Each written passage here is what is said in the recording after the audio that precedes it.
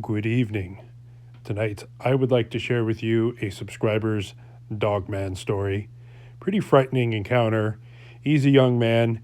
He's hoping for a career in law enforcement, so he would like to remain anonymous, which I don't blame him, as going around telling people that you saw a dogman or werewolf in the woods, I could see how that could hurt your reputation, especially if they Google search you and find you. So we're going to give him a fake name. We're going to call him Al. Al reached out to me, young man. He was out setting up for a upcoming deer hunt. He wasn't hunting at the time, and let me go ahead and run down the story from you. He was at a farm that he was planning on hunting, and he had permission to be there. And he had a hatchet and a machete, and he was working away, trying to set up a hunting blind. And he's chopping wood and gathering brush and just kind of generally working. He didn't really hear too much. It was kind of just a regular day. And then he ended up cutting himself with a machete. And I guess it was a superficial wound. He ended up cutting himself pretty good though, and it bled a lot more than he expected. And so he said, oh crap, and bandaged himself up. And he's sitting there working, and after he got himself bandaged up, and he hears a growling noise, a grunting noise from behind him.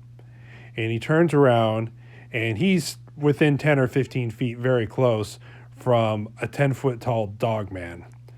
You know, your stereotypical big claws, big fangs, and it was staring right at him. Very scary. Also, he knew it was about 10 feet tall because he measured from where the feet were on the ground all the way up to a tree branch where I guess its ears were rubbing up against.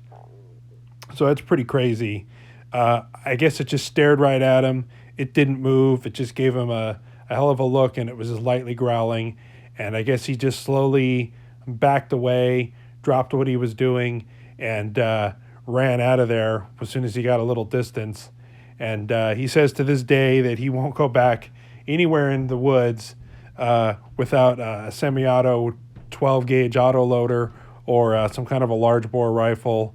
And even then, I would be terrified. I'd probably never go back in the woods.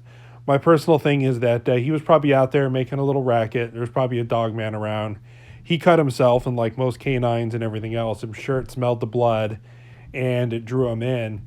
And even though it's a 10-foot tall dog man, it probably saw, a healthy, fit human not dying, and saw that it had hatchets and machetes, and that, I'm sure the dog man thought, well, I could probably easily kill this thing, but it might get a whack at me with a machete or a hatchet or something. It's not worth it.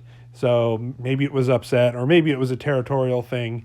It came in and saw this guy and was like, what are you doing? And it knew it was getting ready for hunting season.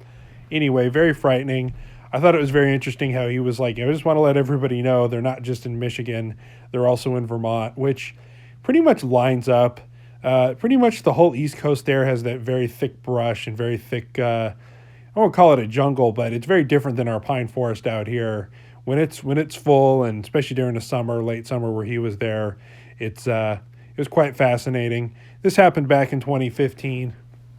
So I wish him well. Thank you very much. I know it wasn't, the most exciting hair-raising story, but for me in my mind, I've been out hunting and spent time in the woods, and I can just imagine sitting there minding your own business and turning around seeing this thing, especially not being armed really and being wounded.